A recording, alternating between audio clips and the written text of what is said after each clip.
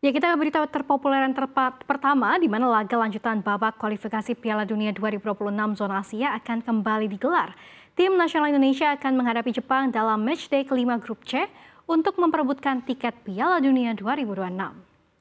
Timnas Indonesia dijadwalkan akan menjamu Jepang di Stadion Utama Gelora Bung Karno pada besok Jumat 5 November 2024. Laga yang mempertemukan skuad Garuda dengan tim Samurai Biru itu akan berlangsung pukul 7 waktu Indonesia Barat. Pelatih Timnas Indonesia Shin Tae-yong mengungkapkan bahwa kondisi serta persiapan 27 anak asuhnya yang tergabung ke dalam skuad untuk menghadapi Jepang tergolong baik. Sang juru taktik yang kerap disapa STY itu mengaku bahwa tim Merah Putih tak akan kalah mental meskipun bakal menantang timnas terkuat di Asia. Di sisi lain, para anak asuh dari Hajime Moriyasu merupakan tim paling perkasa di Asia yang menduduki urutan ke-15 peringkat FIFA.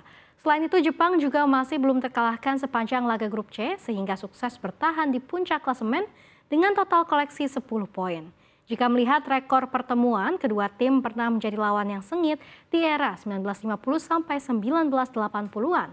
Tercatat Indonesia mampu menang 5 kali dan Jepang menang 8 kali dan 2 kali imbang dalam 15 pertemuan pada 1954 hingga 1989. Bahkan Sang Garuda pernah membantai Samurai Biru dengan skor 7-0 pada 11 Agustus 1968 dalam turnamen Merdeka di Stadion Perak Ipoh.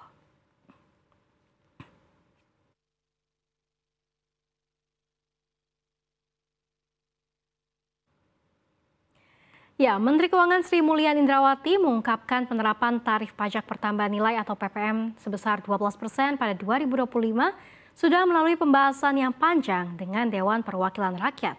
Semua indikator sudah dipertimbangkan dalam pengambilan keputusan.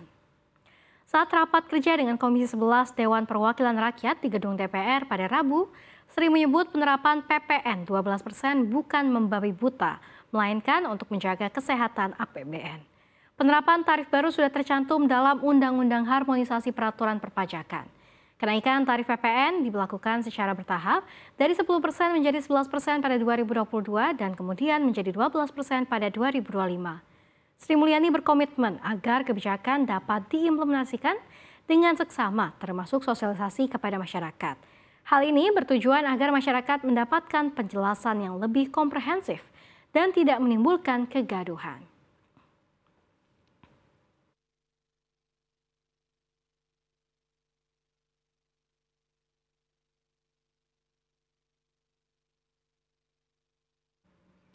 Dan kita beralih ke berita terpopuler selanjutnya.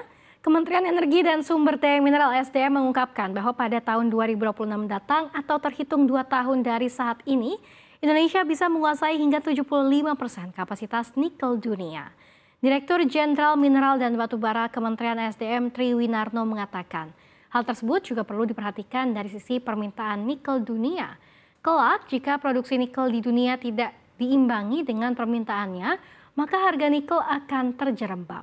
Dengan begitu, pihaknya akan mempelajari perihal titik-titik jenuh permintaan dan produksi nikel dunia, supaya harga nikel itu sendiri tidak jatuh. Saat ini pemerintah juga sedang menganalisa jenis produk nikel mana yang dibutuhkan oleh dunia. Hal ini upaya untuk mengatasi penerimaan nikel di pasar internasional. Sebelumnya, Menteri ESDM Bahlil Lahadalia mengungkapkan besarnya cadangan nikel yang dimiliki Indonesia saat ini. Bahkan nikel RI digadang-gadang berkontribusi pada 45% cadangan nikel global.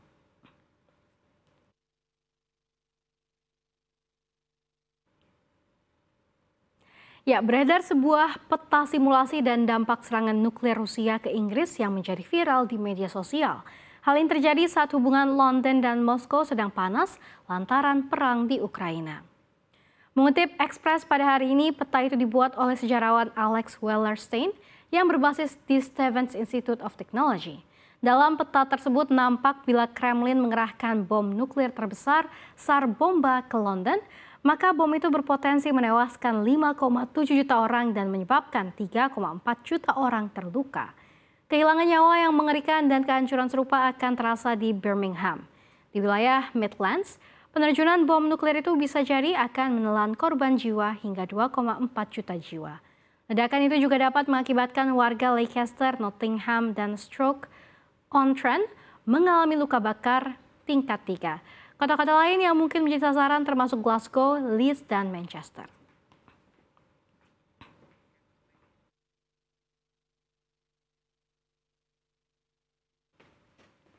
Demikian